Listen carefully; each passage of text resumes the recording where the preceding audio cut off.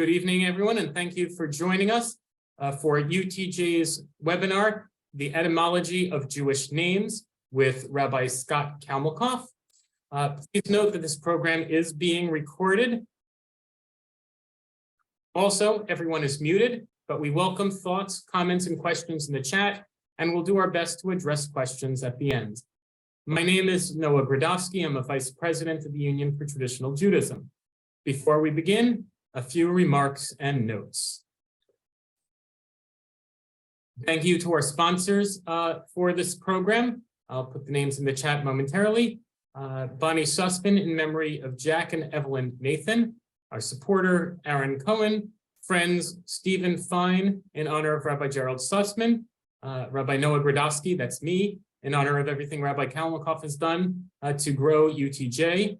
Chaplain Leslie Kersner, in memory of her sister, Jan Blumenthal-Eng, Juan Mesa Freidel, Marcia Ponce, in honor of Rabbi Scott Kalmikoff, Annette Schneiderman, in honor of her grandchildren, and Rabbi Moshe Weisblum. We'd also like to thank everyone who made a donation along with their registration for this program. I would also like to note that one of our registered members is someone who put their address in as Kharkiv, Ukraine, and we'd like to share our best wishes for him and his family and friends and loved ones for safety and well-being. For those of you who are new to UTJ, let me add a few words of introduction to our organization. The Union for Traditional Judaism, UTJ, is a group of rabbis, scholars, and lay people who advocate for a passionate, open-minded approach to Torah study and observance of Jewish law, rooted in classical religious sources and informed by modern scholarship. Our philosophy is distinguished by the symbiotic relationship between faith in the God-given Torah and intellectual integrity, and our emphasis on the sacred framework of halakha as our unifying guide. Before I introduce our speaker, let me also note that we have a wonderful ongoing webinar series with Rabbi Professor Reuven Kimmelman titled The Rhetoric of Jewish Liturgy. The first webinar was last Monday about Yishtabach, and the next webinar is next Monday, November 21st, about Kaddish. I'll put the registration link in the chat, and the registration page also includes a link to the video from the first session, so that if you missed that, you can catch up. Finally, let me introduce our speaker. Rabbi Scott Kalmikoff began his genealogical research 16 years ago at the young age of 15. Since then, he has traced parts of his family tree as far back as the 1600s and discovered roots in Belarus, France, Germany, Greece, Ireland, Lithuania, and Wales. Scott has traveled across the globe, visiting the towns of his ancestors emigrated from and meeting distant relatives. Rabbi Scott has facilitated Jewish genealogy workshops for synagogues, JCCs, Hillels, and other Jewish organizations across North America, teaching workshop participants how to conduct genealogical research on their own. Rabbi Scott received a BA in Jewish Studies with a concentration in Jewish history from Yeshiva University. He is a recipient of the university's Altschul Perlman Memorial Award for highest ranks in all Jewish studies. Following graduation from Yeshiva University, Scott began his studies at Yeshivat Chovdei Torah Rabbinical School and was ordained in June 2018. Scott is a member of the Jewish Genealogical Society of New York and currently resides on the Upper West Side of Manhattan. With that, I will turn over the gavel to Rabbi Scott Kalmikoff. Thank you so much. Hi, everybody. It's great to be with you this evening. I'm super excited to be with you to learn about the origin of Jewish names. We're going to be speaking about both given names and surnames. So we're going to start with given names, and then we'll move on to surnames. I personally find the surname piece to be more interesting, but I think that a lot of people are here for that. So that's why we're saving it for last, okay? I really love names. And when you think about names, someone's name is one of the first things you learn about another human being. It gives someone identity. It helps us form connection. And it's something that we carry with us in our entire lives. And it can be very powerful, our names. For a lot of us, we've been named after loved ones. and we carry their memory with us throughout our lives. And, the Talmud says that after the temple was destroyed in Jerusalem, after the Beis HaMikdash was destroyed in Jerusalem, prophecy stopped. God stopped speaking directly to human beings.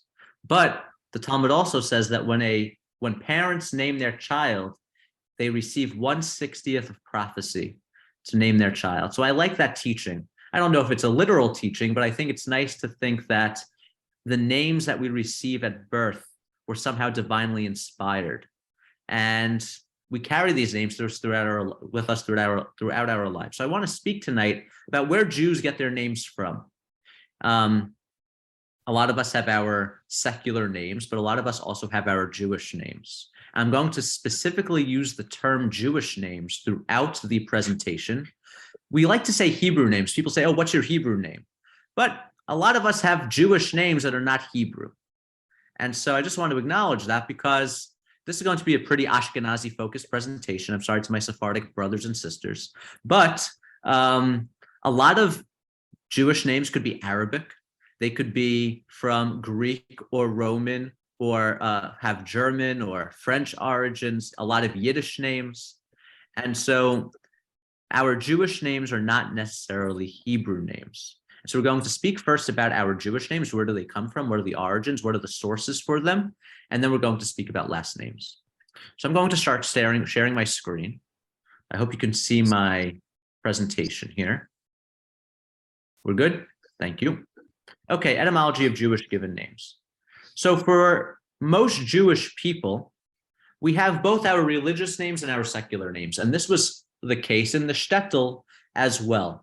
Jews had their religious names and they had their secular names. This religious name was named like a Shem Kadosh, and secular name could be known as a kinoi or a nickname. The religious name was usually Hebrew, and then the secular name was usually some kind of name in the vernacular.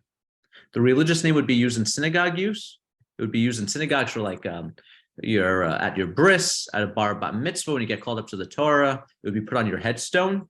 And then your secular name would be used in everyday use. So one of the places that our ancestors get their names from is the Bible. That's one of the most obvious ones, one of the most obvious sources for our Jewish names. And some of you on this call might have these names. Yeah, for men, very common names, Abraham and Yitzchak and Yaakov, Yehuda, Yosef, Binyamin, Moshe, Aaron, Yoshua, Shmuel. For women, you might have Sarah, Rivka, Rachel, Leah, Miriam, Devorah, Chana, Esther, Chava, So these are all names that come from the Bible. A lot of biblical names are actually play on words. You can actually see here an example of this is the name Jacob, Yaakov, right? And in the book of Genesis, we have the story of Jacob and his brother, his twin brother being born. His brother was Esau. And it says that Esau emerged hairy and red, right? But the biblical narrative also tells us that Yaakov emerged second, holding onto the heel of his brother. Ba'akev. Akev is heel, and his name is Yaakov. And you can see this is one example of a play on words here in the Bible. And a lot of the names, especially the children of Jacob, the 12 tribes of Israel, a lot of those names are play on words. You have that as an example here in Bereshit, in the book of Genesis. The fourth son born to Leah is Yehuda. And this is the name that the word Jew comes from. Jew comes from Yehuda. But Yehuda comes from the root odeh, to praise or to give thanks. And so to be a Jew literally means to be grateful. And you can see here, this is also a play on words that, I'm sorry, I have here Rebecca, but it's not. Okay. We also have timely names. Not only were Jews given names from the Bible, they were also given names depending on what time of the year they were born. So it was very common for a woman or a girl to be named Esther if she was born around Purim, and also for a boy to be named Mordechai if he was born around Purim. You have Shabtai, which is a name which could be given to a boy who was born on Shabbat. You have the name Nisan, which is from the Hebrew month of Nisan.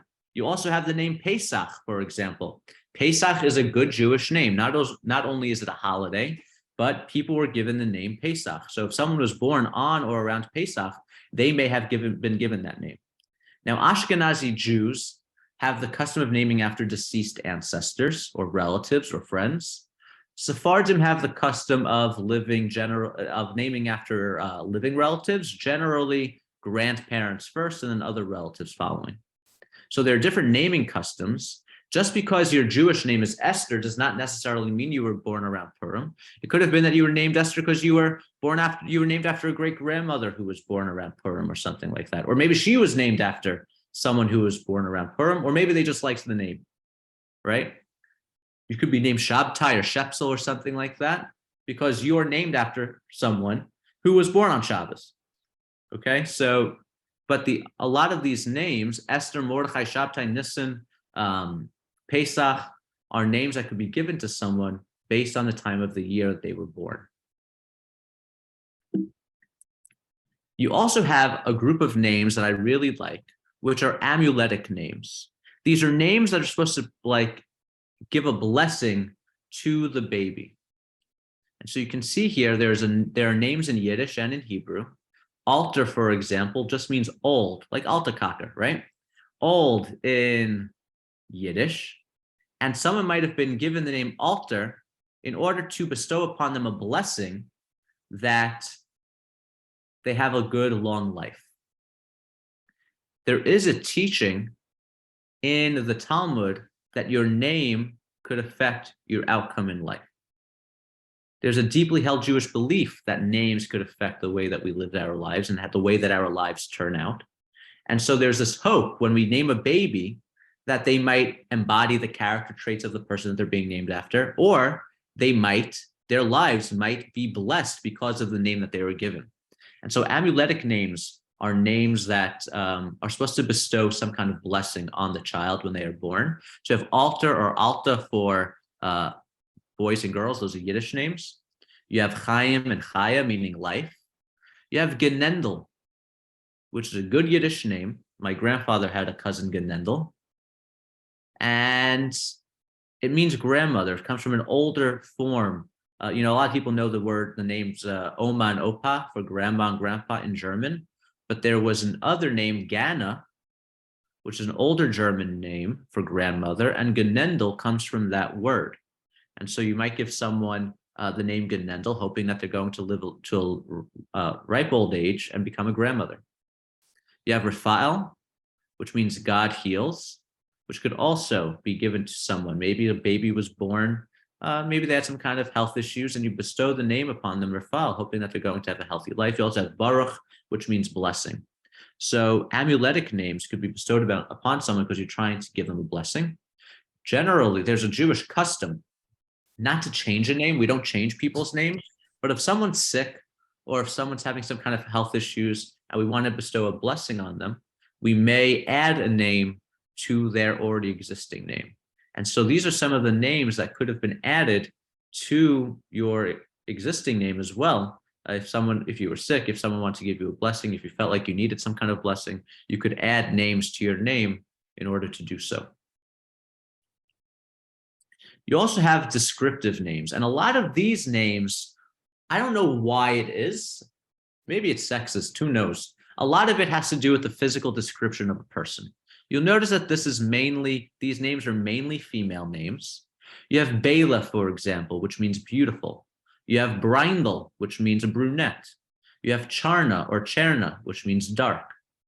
Edel, delicate. Fruma, which means religious. Remember Fruma Sarah from Fiddler on the Roof? Golda, she might have had beautiful gold hair, right? So these names are names that were given primarily to girls, describing their physical appearance. You have also, I see here, you have Zissel, which means sweet. You have Shana, which means beautiful. These are all female names. I can't think of an example in Yiddish or in any other language of a descriptive name for a boy. But these are all descriptive names for girls.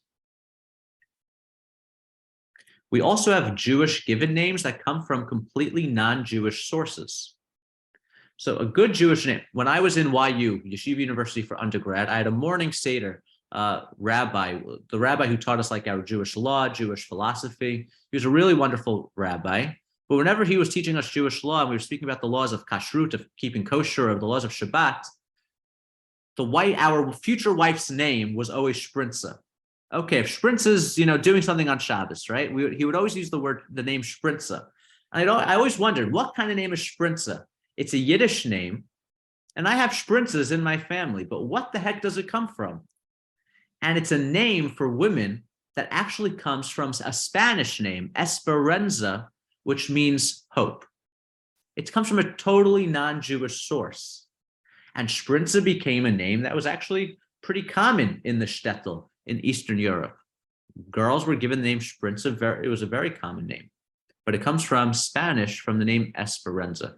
Yiddish likes to make everything shorter. So Esperanza becomes Shprinza. You have the name Kalman. It's a masculine name, which comes from Kalonimus, meaning good name in Greek. So you might know someone with the Jewish name Kalman.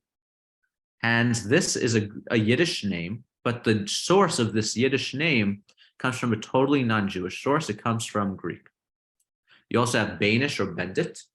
These are masculine names that come from Benedict, meaning to bless or blessing. If you know the Yiddish term to bench, when you say the grace after meals, you say Birkat Hamazon, let us bench. The word bench comes from the word Benedict. It comes from Latin. And a lot of earlier Yiddish words come from Latin and from Romance languages, such as Spanish and Italian and French. The newer words, a lot of Yiddish is German. And then a lot of the new words in Yiddish are from Slavic languages. But the older Yiddish words and the older Yiddish names come from Latin and come from Spanish, come from French and Italian. You can see here also Fievel or Fivish, which comes from Phoebus, meaning bright or radiant, which is why a lot of times the Jewish name, the Hebrew name Shraga, is connected to the Yiddish name Fievel or Fivish, because Shraga means a torch. And Fievel or Fivish, those names mean bright or radiant. And so Shraga Fievel or Shraga Fivish are pairings that are very common. There are a lot of Jewish men with the name Shraga Fievel, Shraga Fivish. One means torch and one means radiant or bright, which is why they were paired together. You also have the Yiddish name Shner Zalman of Liadi, for example, the Lubavitcher Rebbe.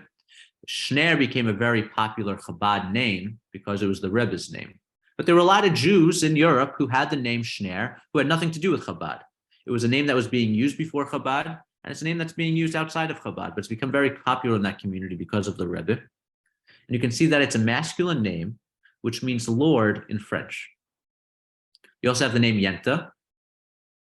A lot of people know Yenta and Yachna as, chatty women, gossipy people. But these were names that were actually given to people, like Yenta and Fiddler on the Roof, right? And Yenta actually comes from the word gentile, which means kind in Italian. And Yachna comes from a word meaning hyacinth in French. So these are totally Yiddish names, good Jewish names that come from completely non-Jewish sources. You also have Alexander. Alexander became a common name to give to boys. And the reason why they were naming their sons Alexander was in honor of Alexander the Great, who people considered to be pretty good to the Jews. And in honor of him, Jews started to name their children Alexander.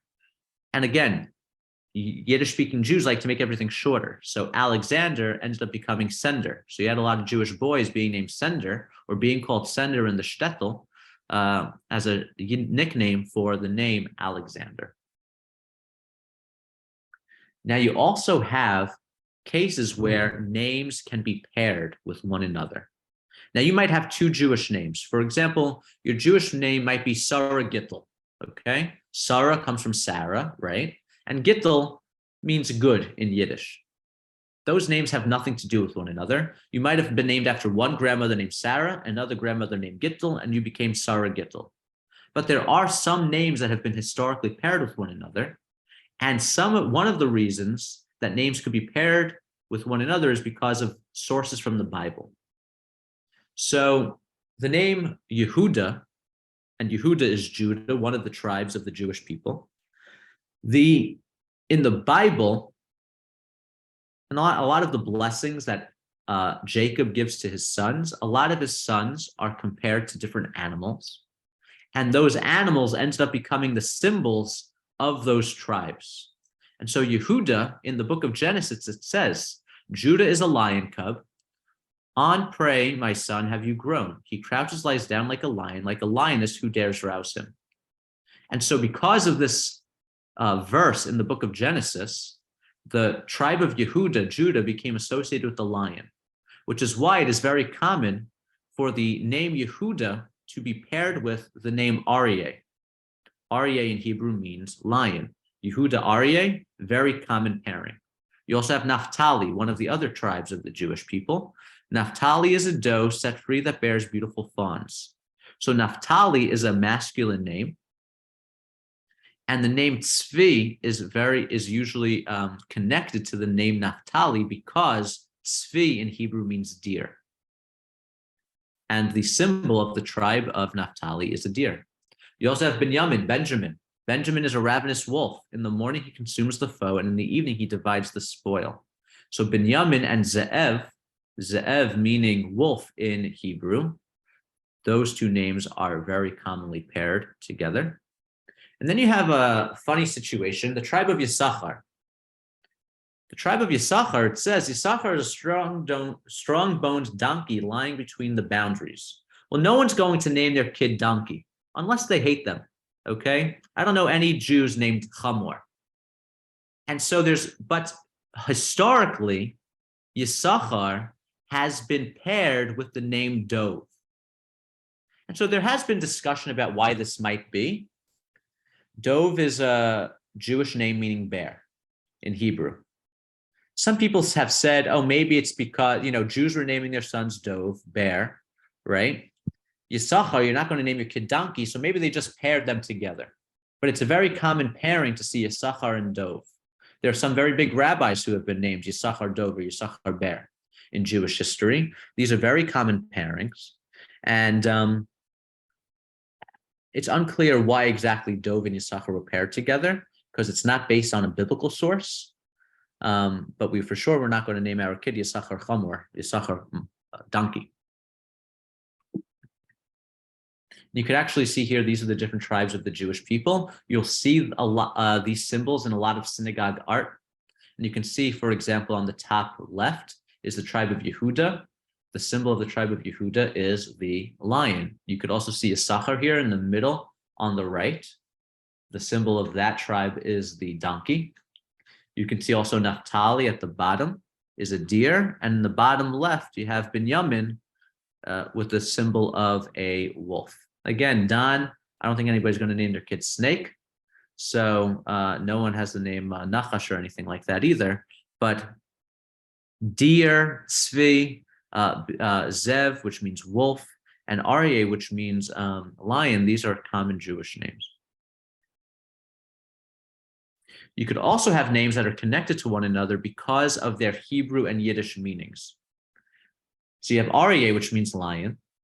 In Yiddish, Leib is lion. Aryeh, Leib, those names are usually connected to one another. One is Hebrew and one is Yiddish. Dov, bear, both meaning bear.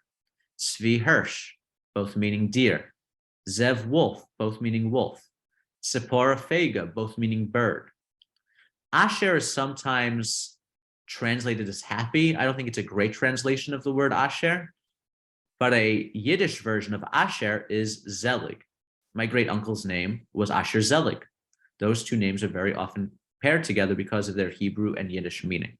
Shraga Feivel we spoke about before. Shraga means torch. Feivel means bright or radiant, which is why they are connected. Baruch means blessing. Bendit comes from the word benedicto, to bless or blessing. Baruch Bendit, blessing, blessing. One's Yiddish, one's Hebrew. Penina and Peril both mean pearl. And you have Shoshana and Rosa or Reza, which both mean rose. And so a lot of names are paired together because their Hebrew and Yiddish meanings are the same. Here you have a situation where someone could have three names, or you can see you have a biblical name, the Hebrew name, and the Yiddish name. So the biblical name could be Yehuda. Yehuda is paired with Aryeh because it means lion. And then Leib is the Yiddish version of lion. So sometimes you might have someone named Yehuda Leib. When I'm conducting genealogical research, a lot of times I'll find a man who is named, for example, Label or Leib in Yiddish. He comes to the United States. He decides he's going to use the name Lewis. A lot of guys named Leib or Label become Lewis. And then I find his headstone. And his headstone does not say that his Hebrew name is Leib. It says Yehuda Aryeh. Because these names are all connected to one another. Leib means lion in Yiddish. Aryeh means lion in Hebrew. And the symbol of the tribe of Yehuda is the lion. And so someone might be called Label in the shtetl on a daily basis. Hey, Label, pick me up a gallon of milk, right? But but at his bris or at his bar mitzvah or at his wedding, on all these official documents and all these official moments, he would be called Yehuda Aryeh. Same thing with the name Hirsch. You have the name Hirsch, which means deer, but Naphtali Tzvi might be their legal name. You have wolf, bear. All these names are connected. You also have diminutives. You have nicknames. So in America, it's very common for someone to add Y to the end of their name. So Scott becomes Scotty, right? And Jews in Europe also had endings to their names that would make a name a diminutive. Even today, in Russia, in Russian-speaking countries, K at the end of a name indicates a nickname. And our ancestors who lived in the Russian Empire and were around Russian speakers or Ukrainian speakers or Belarusian speakers, they picked this up. The word vodka comes from the word water in Russian, and the K was added as a diminutive, okay? Look that up.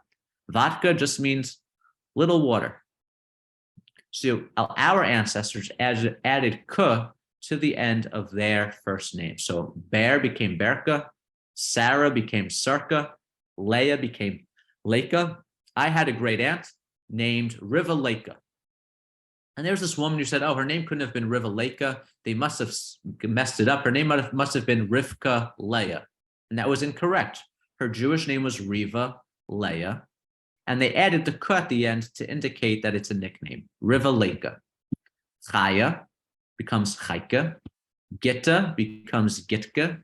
Shmuel could become Shmulka. And Moshe become Moshka. You also have in Yiddish the syllabic lamed, the syllabic L. And when you add this L or this lamed to the end of a name, that could also be a nickname. So Hirsch becomes Herschel. Leib becomes Label. Bear becomes Beryl. Fega becomes Fagel. Shana becomes Shandel. Okay. And then you also have the Ush. I would say the Ushes, I see a lot of Ushes in like the Poland area. So Leib becomes Leibush. Aaron become Orush.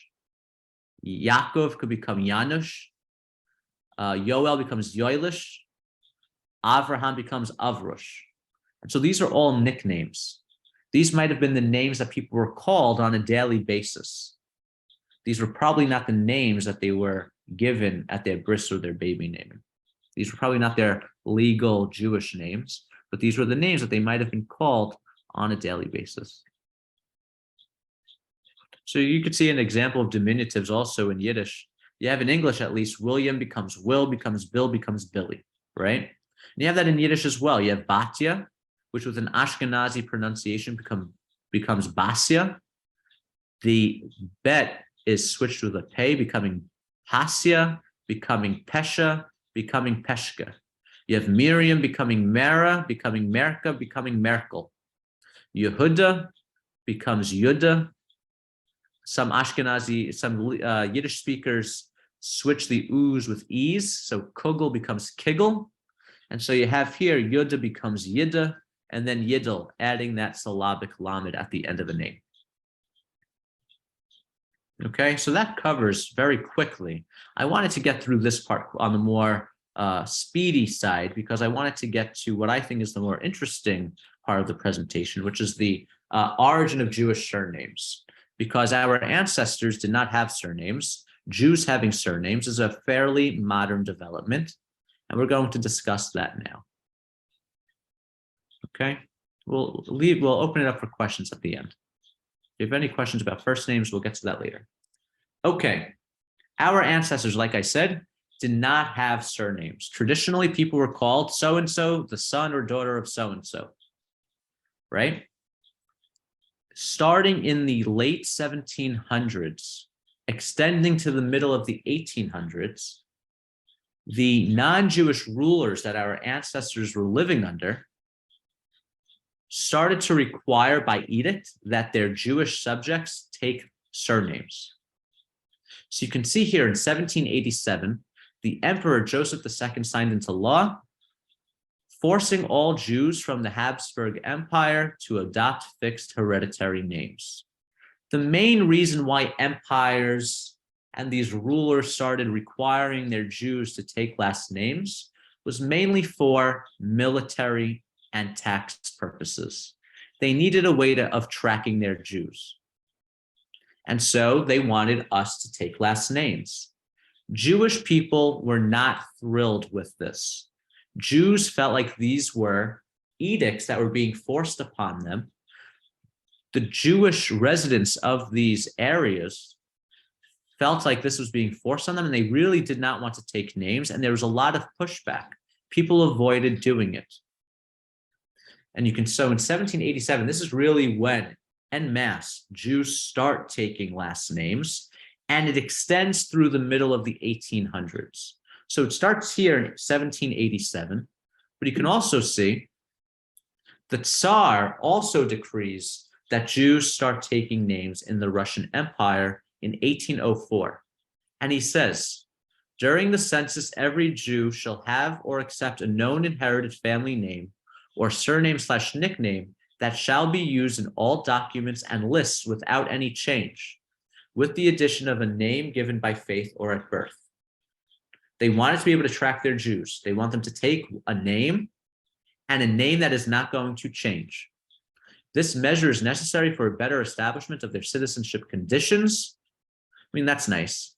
Probably nonsense also, right? But it's all right. For better protection of their property, okay, it's the mob. And for reviewing litigation between them. Okay, so this was in 1804. Like I said before, Jews did not want to take last names. They didn't want to be conscripted into the military. I'm sure a lot of them didn't want to have to pay their taxes. Things haven't changed. Okay, so you can see that in 1804, the Tsar, he decrees that the Jews have to take last names. But then the Tsar has to decree it again in 1835. And the reason why he has to do it again is because Jews are pushing back and they are not taking last names. He says clearly in 1835, every Jew, in addition to a first name given at a profession of faith or birth, must forever retain without alteration a known inherited or legally adopted surname or nickname. And so Jews are being forced to do this. Jews do not want to take last names. But the question is, once they start taking last names, where do they take their names from? And that's what I want to focus on. I think this is a lot of fun. I think it's interesting to imagine if you did not have a last name right now. How would you choose the name you're going to adopt? Without realizing it, these were the names that their descendants were going to be using forever. And so I think it's a pretty weighty decision to make, thinking about it in hindsight.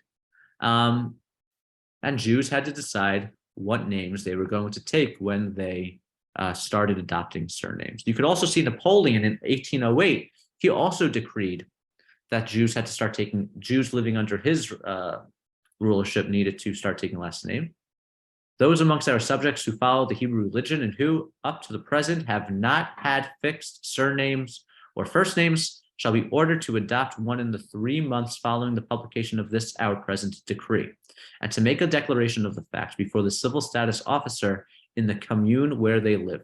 Now, it's important to point out what he says here It's for Jews who up to the present have not yet had a surname. There were Jewish families, especially in Western Europe, that had surnames going back generations, but not all Jews did. A lot of wealthy families had last names. A lot of rabbinic families had last names. And it was more common in Western Europe than it was in Eastern Europe for Jews to have last names already. But by 1808, he says, okay, now every single Jewish person needs to have a last name. So he decrees this in 1808. Now, one source for surnames were our fathers' names. And so you have German and Yiddish versions, and you have then the more Slavic versions. So you might have had a father named Abraham. And so because, you were Moshe, the son of Abraham or something like that, you decided, I'm going to name myself after my father. And so you might take on the name Abramson, which comes from a German or Yiddish. The son in Abramson comes from German or Yiddish. But in Slavic languages like Polish and Russian, Witz or Vich indicate son of. And so if your name is Abramson or Abramowitz, they're pretty much the same name, both meaning son of. And this, Jews are not the only people who do this. There are a lot of ethnic groups who have patronymic names.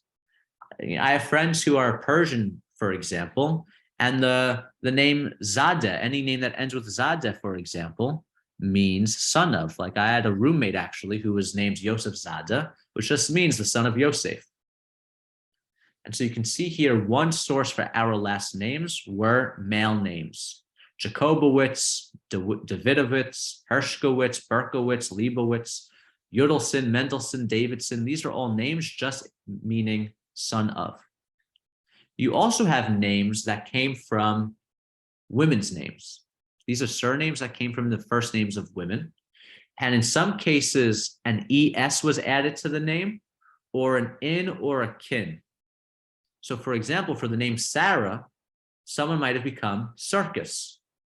The Bach, for example, an important commentary, his last name was Circus, coming from the woman's name Sarah or Sorka. So it could have been Sorka, it could have been Sorkis, it could have been Sorkin. You have Rivkis, coming from Rivka, Dvorkis, coming from Devora, Gitkis, Taubis, coming from Tauba, which means dove in Yiddish. And then you have the kins or the ins, Sorkin, Lakin, from Leah, Rivkin, coming from Rivka, Dvorkin, coming from Devora. In America, people pronounce it Chaikin, but it would have been pronounced Chaikin, coming from Chaike or Chaya. Zipkin, which would have come from Tsippe, which was like a Yiddish nickname for Tzipora. So Zipkin is from Tzipora or Sipkin. Blumkin, which is Bluma was an Ashkenazi Yiddish name for women, meaning flower. You also have Rivlin, Zeitlin coming from Zeitel. These are names that came from the names of women. You also have names that indicate someone's lineage. Now, just because we have these three groupings in Jewish tradition, the Kohanim, the priests, the Leviim, and the Yisraelim. We're Yisraelim. My father calls us the peasants, but you also have Kohanim and Leviim. And sometimes the surname that someone has can indicate whether they are a Kohen or a Levi. Just because your family is a Kohen or Levi does not necessarily mean that they have a surname indicating that. And just because your name is Cohen does not necessarily mean you're a Kohen. A lot of Jews in America, for example, changed their longer and more complicated sounding last names to Cohen. Just because your last name is Cohen does not mean you're a Kohen. And just because you're a Kohen doesn't mean your last name is necessarily Cohen or something like that. So for Kohen, you have Cohen and all different spellings of Cohen. You have Kahana, Kahanamin, also indicating Kohanic lineage. You also have the names Kogan, Kagan, Kaganovich. Now, why are Kogan and Kagan names that indicate being a Kohen? In Russian, there is, in a lot of Slavic languages, There is no H. And so H's are then replaced with G's. So Cohen and Kogan are the same name. Cohen and Kogan are the same. Kogan is just being pronounced with a Russian or Slavic pronunciation. Cohen and Kogan are the same name. So how are Kogan and Kagan the same? In a Litvish Yiddish, all the O's or O's become A's in a purely Litvish Yiddish. So Kogan or Koigan becomes Kagan. You also have the names Katz or Katzman. Katz is an acronym, okay?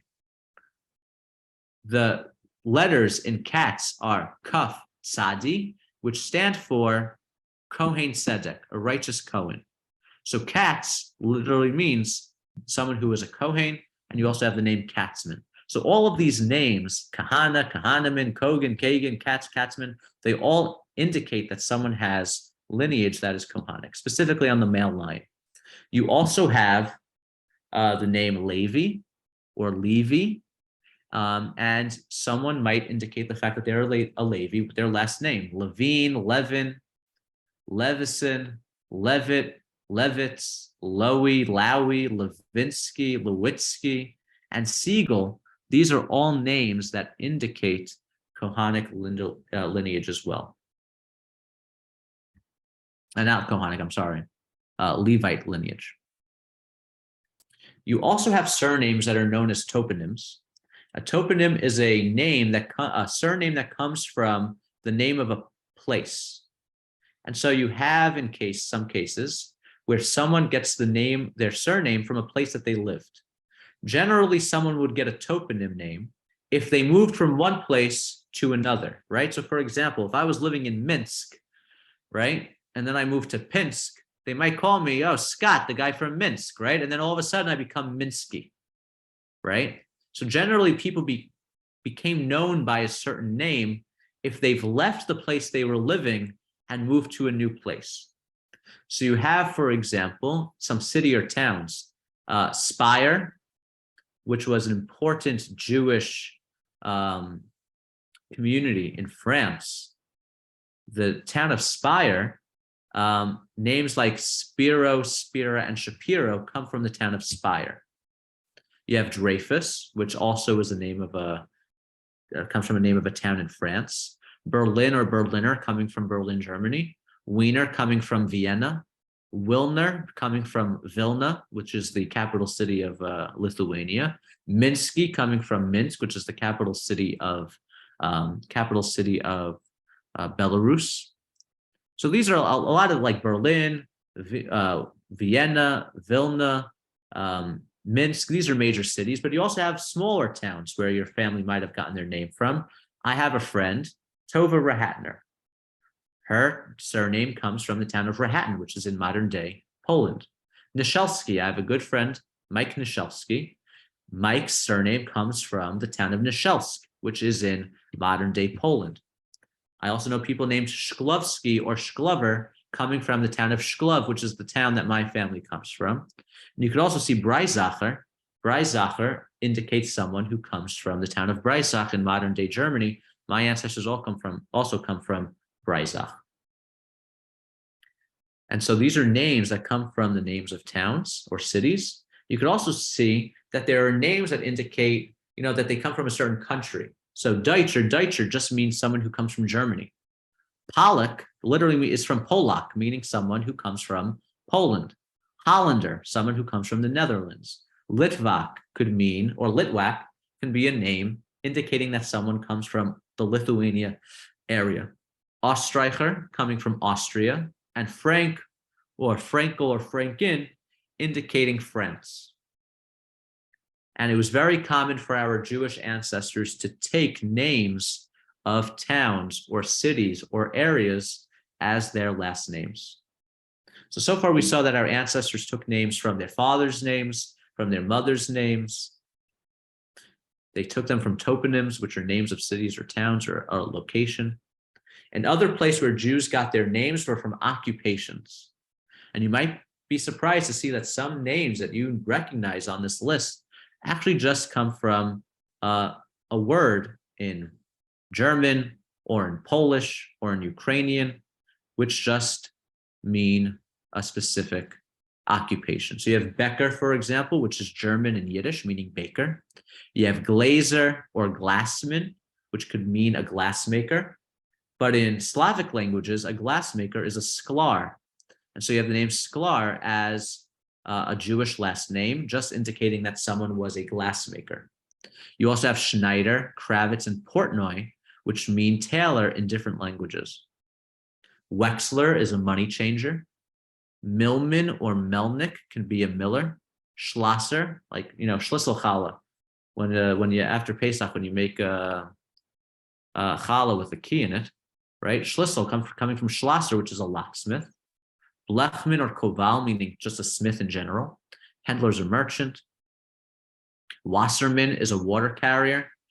Barbara Walters, a lot of people know that Barbara Walters, her family is Jewish, and Walters is a name change. Her family left Europe and went to the UK. And then they immigrated from the UK to the United States. In the old country, their original last name was Warmwasser, meaning warm water, which could also indicate a profession. Maybe her ancestor was a person who schlepped water, warm water, for more wealthy people in the town or something like that. Warmwasser was their last name. In the UK, they became warm water, and then in America, they became Walters. Kramer means shopkeeper. A bunch of the descendants of the Vilna Gaon became Kramer. Schenker or Kabikoff could mean tavern keeper. Bader, someone who owns a public bathhouse. A Schechter is a ritual slaughter, right? Coming from Shech. All of these names are just names that come from an occupation. You also have at the bottom Schuster, Sandler, and Schumacher for a shoemaker. Goldschmidt or Zlatnik, in Yiddish, a zlata is a currency. It's a Polish currency. And zlata comes from, Zlatnik and zlata come from the same source, meaning silver in those languages. And then you also have Tischler, Zimmerman, and Plotnik, which mean carpenter. So these are names, good Jewish names that, again, we say that we call them Jewish names, right? Because these are names that were adopted by a lot of Jews. But these are names that are really coming from other languages like German, Polish, Russian, Ukrainian, Czech. So yes, these are Jewish names, but actually they don't have any Jewish source. These are coming from totally non-Jewish languages. You also have last names that represent someone's function in the Jewish community. So rabbin or rabbiner or rabbinowitz could indicate someone being a rabbi or a child of a rabbi. Cantor or singer can indicate someone being a cantor. A melamed or a larer or a maggid can indicate someone being a teacher. You have Schechter, meaning ritual slaughterer. You have sofer or schreiber, meaning scribe. A klopper, I actually have a friend. They're rabbis in Texas. Their last name is Schulklopper. And a Schulklopper was someone who would go clopping on people's doors and windows to wake them up for shul. And so a Schulklopper might indicate that your ancestor was the person who would have to wake up before everybody else to wake them up for services in the morning. Schulklopper.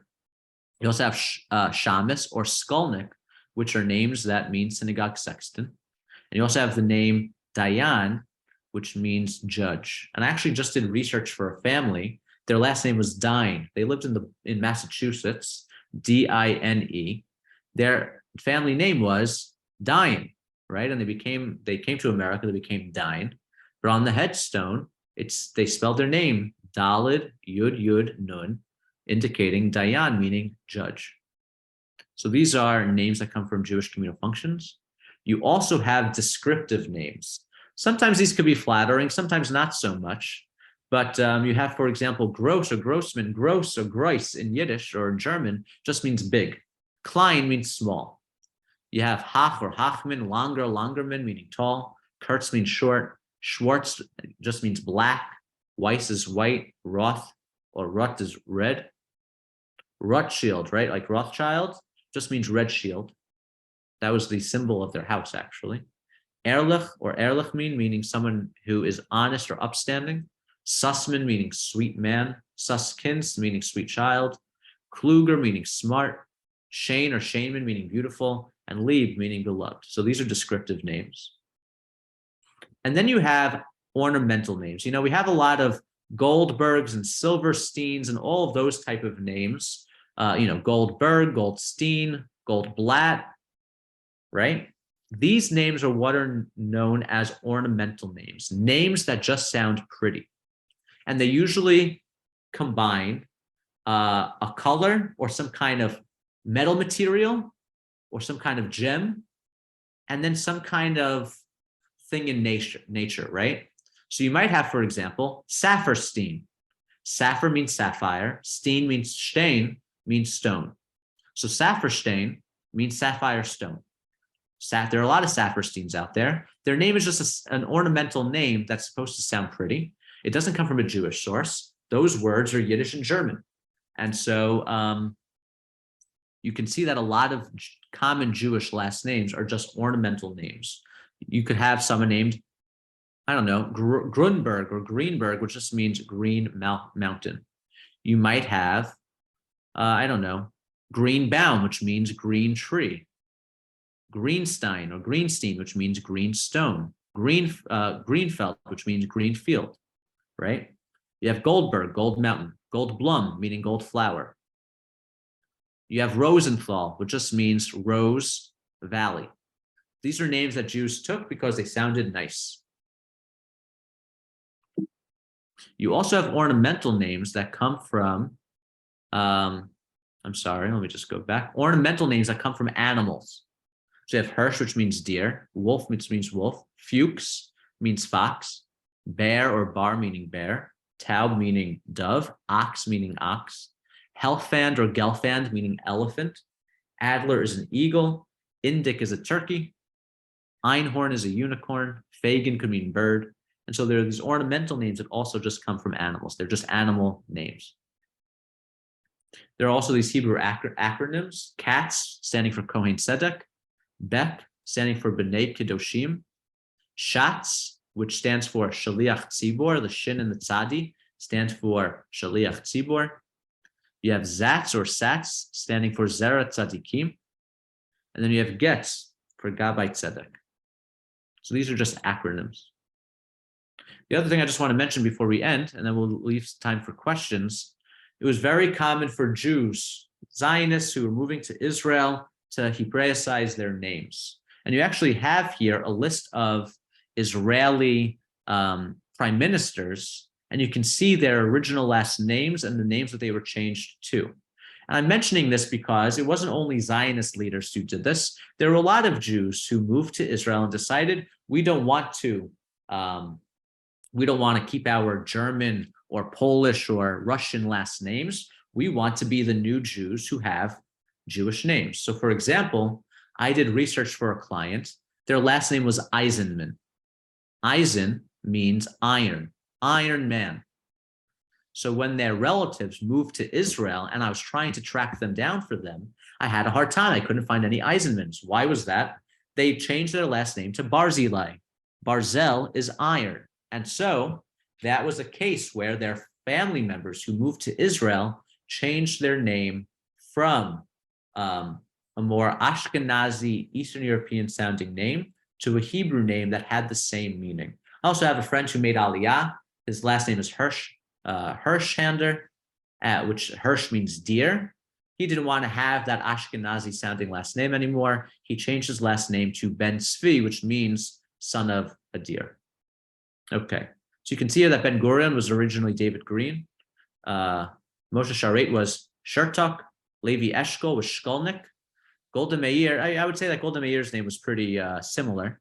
She became from Meyerson to Meir.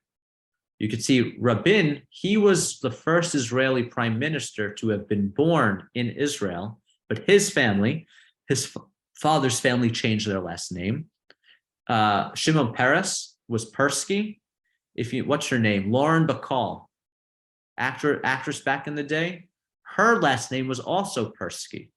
A lot of people don't know that she was Jewish, and a lot of people don't realize that her last name was originally Persky. She was actually like a second cousin or something of Shimon Peres. Their last names were originally Persky. Sharon was originally Shinerman. You could also see Netanyahu also had some kind of old Ashkenazi sounding last name with a ski at the end.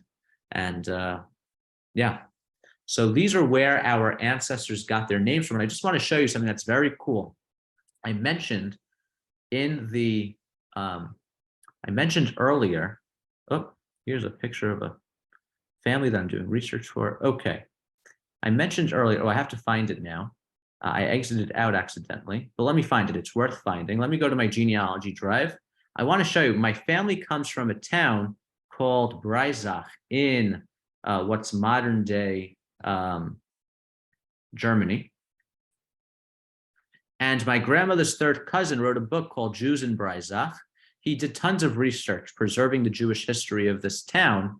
And what was really amazing is that in I believe it was 1809, the Jews of this town were required, the Jews of this area of Baden in Germany were required to take last names. And the lists of Jews taking last names in this town still exists. Let's see here if I typed in 1809. If it comes up, I just want to find it quickly.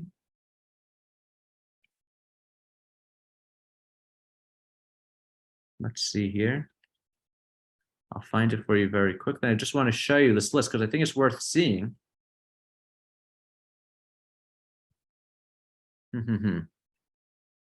Here it is. Here's a list of Jews from the town of Breisach. This is the town that my grandmother's family comes from originally in Germany. And this is not the original list, of course. This list comes from like 1809.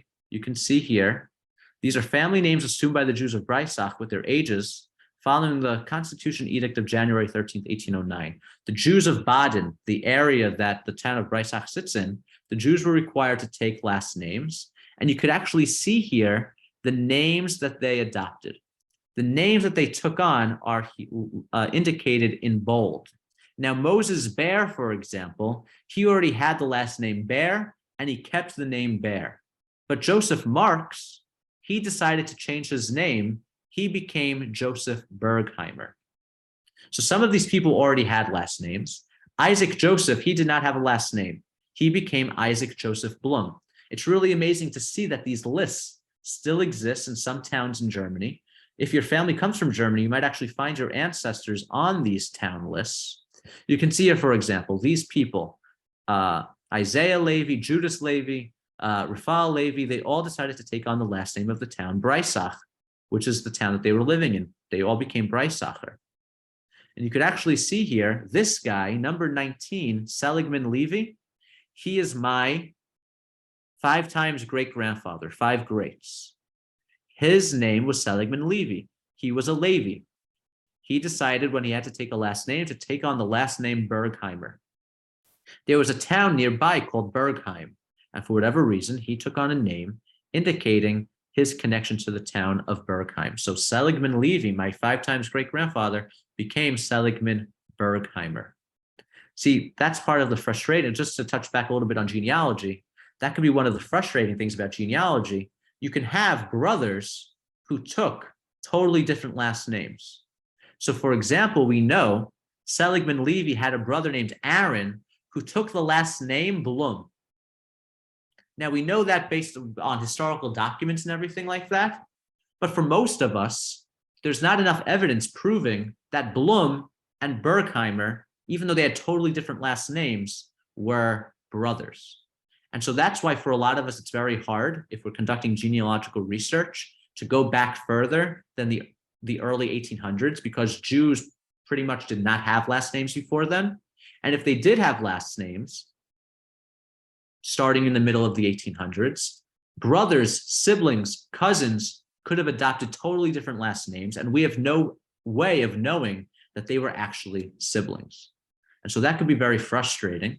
But this is really amazing to see lists of Jews from Germany in 1809 lining up and taking last names. And you can see here the names that they decided to take on, to adopt. And that's really amazing. So I'm just going to stop with that and leave some time for about, like, I would say 10 minutes, 15 minutes of Q&A. Thank you, Rabbi Kalmikoff, for your presentation. I will read a couple of the questions that I noted in the chat. And one came from Audrey in Vancouver, saying her surname was Rosenthal. Yeah. Actually, I think did come up during the presentation. Valley. She is Valley of the Tall Roses. Valley of Roses, yes. Yeah. My father's family was from Bessarabia in Romania. He told me the name was pronounced Rosentul. Any thoughts on its origin or the Romanian pronunciation? I think I just think it's a different pronunciation of the same name. Rosenthal. Yeah, I think it's all the same name.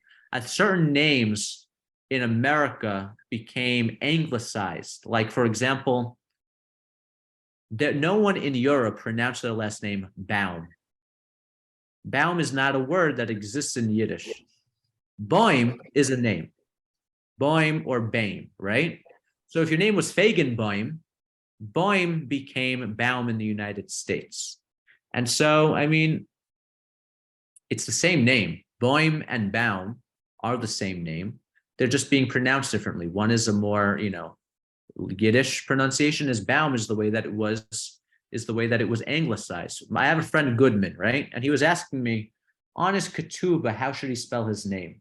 Should he spell it Goodman or Gutman? Now I like Ashkenazi stuff. I love Ashkenazi history and culture. I love Yiddish.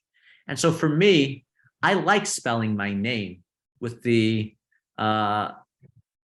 like the Yiddish spelling of it and the way that my ancestors would have spelled it. I have like Yiddish letters from my relatives, and I saw the name, the way that they spelled their name. But some people prefer to go with the more American. Like, for example, am I going to spell my name with an FF at the end or with a V in Hebrew? Is it going to be Kalmikov or Kalmikoff? Well, I do the Kov because that was the original name. And I encouraged him to be Gutman, not Goodman. He likes to be modern. He went with Goodman. So good for him. One comment actually from me, Yeah. you're using descriptive names, and the one masculine descriptive name I can think of is the name Boaz, meaning strength. Yes, but Boaz is not a good example because it's a biblical name. I'm speaking about descriptive names that don't come from the Bible, like Shana, which means pretty, or Charna, which means dark. I can't think of one descriptive, and I think it has to do with because, okay, it's common for us to talk about female, women's appearance. And I don't know if that's the reason why, but there are no descriptive names that describe a man's physical appearance in Yiddish or anything like that I could think of. Very interesting. Okay. Julian asked that I thought 12 tribes had 12 astrological creature symbols as their signs. Was that completely wrong? Yeah, it's not based on astrology. A lot of the symbols of the 12 tribes most of the symbols come from the blessings that were given to the 12 tribes of the 12 sons of Jacob. It could be either when they were born and they were being named, or it could be at the end of Jacob's life when he's giving his sons blessings. Those are the two places that the symbols of the tribes come from. Okay. People are asking for contact information, so I'll just put my contact information up on the screen. I was just trying to Google that myself. Yep, I have a slide here. I'll put it up for people to take down my contact information if they want to reach out. By the way, there are a lot of books. There's this guy, Alexander Bader, who he has a number of books, encyclopedias, where he provides the origin of Jewish last names. Those are real, and their books are broken up based on empire. So like for German Jews or for the Russian Empire, for Poland, he has different books. Alexander Bader, Beider, I'm pretty sure is his name. And he's done a fabulous job. But also, if you have a common last name, you could literally just type in on Google, I don't know, like Goodman or, Greenblatt name origin or something like that. And there are usually websites that, like Ancestry.com has a list of different last names that you can search what the meanings of those names are. I encourage you to do so. For example, my last name is Kalmikoff. What kind of name is Kalmikoff? Someone said, oh, that's not a Jewish last name. It's a Russian name. Well, most Jewish last names are not actually Jewish. And Kalmikoff just means someone who comes from Kalmikovo, which was like this little village in Belarus, near the town that my family came from. The Kalmyks are also a Mongolian people who practice Buddhism. I don't know if that's where the name comes from, but Kalmikovo was a name of a town. Any other questions? Sherry asks, as per the Tsar's edict regarding last names, did the non-Jews already have last names, or were they also required to adopt last names, or did they go without last names? That's a good question. You know what? I really like Jewish stuff, so I really focus on the Jews. I've never thought about that before. I'm assuming, I have to look into that. I don't want to speak without actually knowing. Okay. But I don't know if the edicts indicate that non-Jews already had last names, or were they specifically focusing on Jews because they were getting so much pushback from the Jewish community in terms of adopting last names? I have to look into that. If you could type your email in the chat, I'm going to look into that and get back to you. Blee Nether. Okay, and Bert asked an interesting question whether the clerks at Ellis Island would add last names if they didn't have them. And, oh my God, this is so important. Oh my gosh. Rabbi Kalmikoff, if I could take a point of personal privilege, because my wife is like signaling me from the side about Ellis Island. Everyone. I'm going to speak about that right now. Okay, okay. That's very important. I can't believe okay. I didn't mention it. Okay. People hate me. People hate me for this because there are so many family stories about their names being changed at Ellis Island, and then I tell them that it's all not true. Names were not changed at Ellis Island. It's a Bubba Misa. It's an old wives' tale. If your grandmother or grandfather told you that their name was changed at Ellis Island, I'm sorry to tell you, they lied. I am putting into the chat a book by a colleague of my wife's. A Rosenberg by any other name? A Rosenberg by any other name, who wrote the book on this subject. And yes, very important. Name change documentation from people. Exactly. Told their children that they had got their names changed in names. Jews and other ethnic groups. Our names were not changed at Ellis Island or any other port city. Clerks at that time were required to speak a number of languages, specifically the languages of the immigrants immigrating at the time, and their names were not changed at Ellis Island. There are so many jokes in the American Jewish community about a name being forcibly or accidentally changed. You know, the guy says, "Oh, Shane Ferguson, I forgot," and he becomes Sean Ferguson. I'm sure a lot of you have heard that joke, right? Sean Ferguson is a great Irish name. But that didn't happen at Ellis Island. The clerks spoke Yiddish. They spoke the names, they spoke the languages of the immigrants. And as a genealogist, I know whenever I search for Ellis Island ship manifests, I always find people arriving under their last name, the original last name. Katie Cooper asked if people change their names on their own at Ellis Island. I don't believe they could. I think they no, the names were changed after people were already living in this country. A lot of names were changed as part of the naturalization process, or they would have to petition and go to court. There's a story in that book, A Rosenberg by Any Other Name, that like this guy goes to court to petition to have his name changed. And his name is like Louis Goldman or something like that. And he says, "Oh, my name is too hard to pronounce." Now, of course, that's nonsense. People could pronounce Goldman. I guess he didn't want to admit because it was too Jewish sounding a name. His request to change his name was denied because the presiding judge was also Louis Goldman. Okay? It's a pretty funny story from that book. And there's also Dara Horn wrote a book, People Love Dead Jews. And she has a whole chapter dedicated to this as well, about name changes in America. And she quotes a Rosenberg by Any Other Name a lot in that chapter. And names were not changed at Ellis Island. People changed their names here in this country. For example, my ancestors were Kalmikoff. I found them arriving to the United States under the name Kalmikoff. For a number of years, they used the name Kaplan. And then for whatever reason, they decided to switch back to Kalmikoff. But that was their choice. It was not the choice or the mistake of any clerk.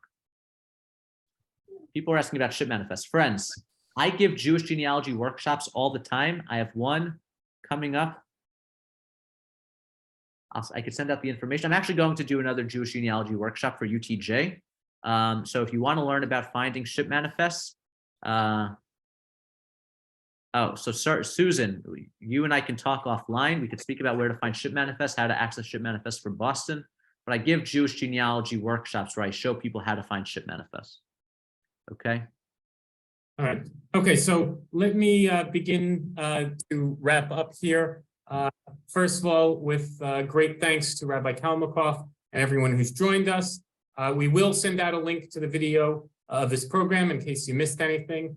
Thank you to our sponsors, whom we named at the beginning and I just put into the chat. If you haven't already, please join our email list by going to utj.org, clicking on Contact Us. And you can also please follow us on Facebook, Twitter, and Instagram. We also would appreciate feedback on this webinar. And there's a link in the chat for where to go on our website to offer feedback. That's a new form that we've created, and we appreciate everyone's feedback. Finally, please register for part 2 of our webinar series with Rabbi Professor Reuven Kimmelman, titled The Etymology of Jewish Names. And we have that registration link also in the chat, and that link includes a video from the first session, so you can catch up, so to speak. Thanks so much to everyone who joined, and again to Rabbi Kalmikoff for his presentation, and wishing everyone a wonderful night. Thank you. Thank you. Have a good night, everyone.